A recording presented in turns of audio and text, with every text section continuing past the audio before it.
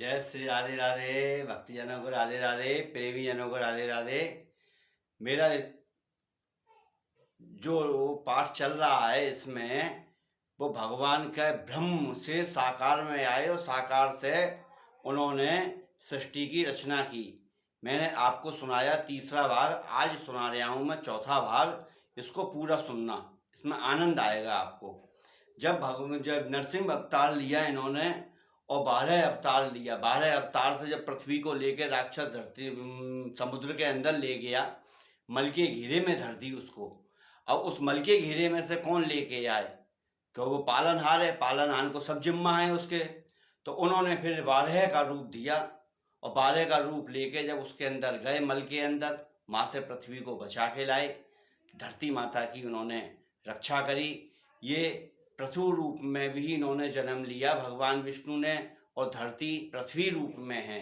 ये एक पत्नी पति के रूप में भी हैं भगवान नारायण और धरती माता। फिर क्या हुआ, इसके बाद एक राक्षस पैदा हुआ। राक्षस हैग्रीव नाम का राक्षस था। वो वेदों को चुराने के लिए आया था। तो ब्रह्मा जी को इसकी सूचना मिल गई थी। ब्रह्मा जी ने तुरंत शनिदेव को बुलाया और शनिदेव को बुलाने से क्या उन्होंने कहा, शनिदेव इन वेदों को तुम अपने मस्तक में रखो, क्योंकि ये वेद लेके हैग्रीव चुराने आ रहा है। वो किसी के हाथों से नहीं मरने वाला था। वरदान भी ऐसे ले रखे थे राक्षसों ने। तब उन्होंने लेके शनिदेव भगवान उन वेदों को अपने मस्तक में ले गए, लिपि को वो राक्षस चुरा के ले गया। अब भगवान विष्णु ने भी घोड़े का अवतार लिया हैग्रीव का। जब उसको मारा, मारने के बाद फिर वेदों की लिपि लेके आए और वो ब्रह्मा जी के सुपुर्द कर दी गई।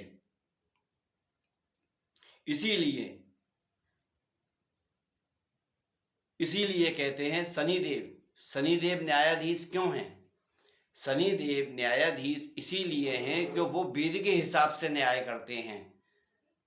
क्या समझे? वो वेद के हिसाब से न्याय करते हैं, इसलिए वो उनके अगाड़ी कोई भी भेदभाव नहीं है। क्यों? उनके पास वेद है। वेद कभी भी हमारे बिगड़ नहीं सकते, क्योंकि वो सुरक्षित हैं। अब भगवान विष्णु ने लेके नरसिंह अवतार लिया। इसका अवतार लेने के बाद और अवतार लिए, मत्स्य अवतार लिया भगवान ने।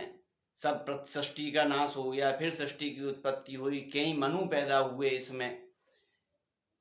फिर बनने के बाद, सृष्टि चलने के बाद फिर उन्होंने फिर त्रेता युग में वामन अवतार भी लिया, तो राजा बलि को पाताल में भेजा।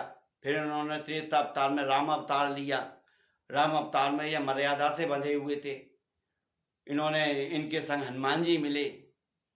इनके जितने भी देवता थे, सब देवताओं ने सोची भगवान राम अब अपनी लीला रच रहे हैं, भगवान विष्णु अपनी लीला रच रहे हैं, चलो सब देवताओं ने लेके, किसी ने बानर का रूप धरा, किसी ने रीछ का रूप धरा, तो किसी ने किसी का रूप धरा, किसी ने किसी का रूप धरा। कोई पक्षी बन के आया, कोई गरुड़ बन के आया, गिद्ध बन के आया। इन्होंने सबने लेके राम जी की सेवा की और त्रेता युग की उन्होंने वो कहानी। त्रेता युग में उन्होंने, भगवान राम ने पालन किया। फिर द्वापर में भगवान कृष्ण बने, कन्हैया बने।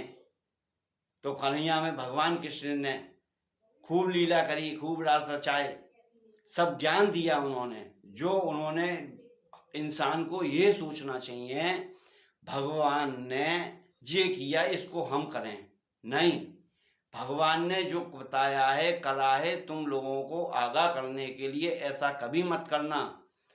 अब महाभारत त्रेता युग में सीता जी का, कभी किसी की स्त्री का हरण मत करना, इससे क्या होता है।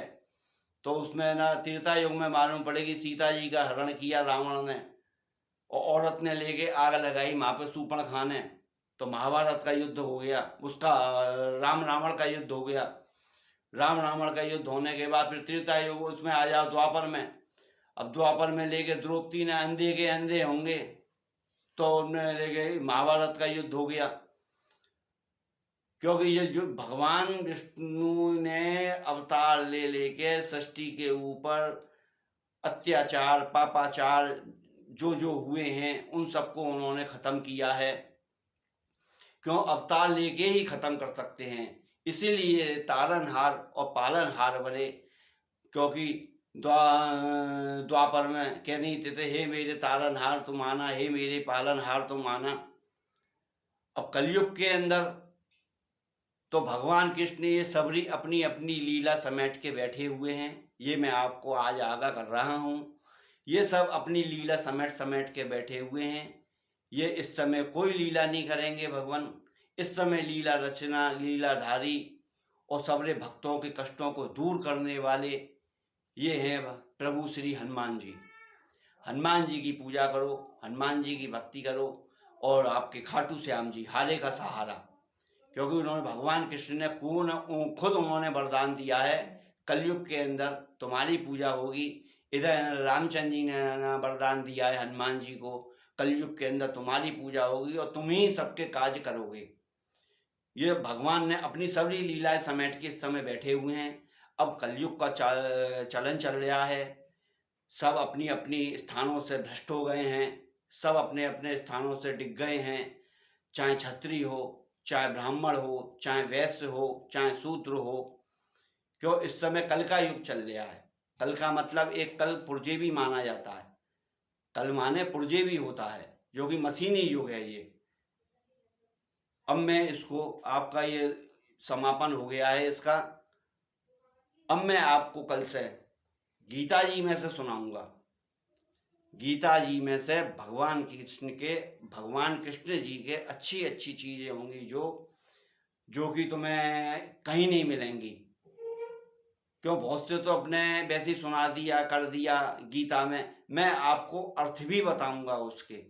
जो गीता का पाठ हुआ इसका अर्थ क्या है, इसको करने वाले को इसका फल क्या मिला, तो इससे आपको समझ में आएगी। हाँ भाई, इसको पाठ करने से हमको फायदा होगा। आज शुक्रवार है, माता लक्ष्मी की पूजा करें, शाम को खीर बनाएं, आप पाएं, माता लक्ष्मी का भोग लगाएं, लाल पुष्प माता रानी के चरणों में चढ़ाएं। अगर पास में मंदिर हो, मंदिर में जाके पुष्प चढ़ाएं, नहीं तो अपने घर में पूजा सेवा करें। जय श्री कृष्ण। राधे राधे बोलो, मन चाहे जहाँ डोलो। एक चीज और बताऊंगा, वो मैं कल बताऊंगा आपको। राधा नाम की महिमा क्या? राधा नाम की महिमा। हम तुम सब जने राधे राधे राधे राधे राधे राधे कहते हैं ना, इसकी महिमा क्या है, इसको मैं आपको कल बताऊंगा। जय श्री राधे राधे बोलो, मन चाहे जहाँ डोलो।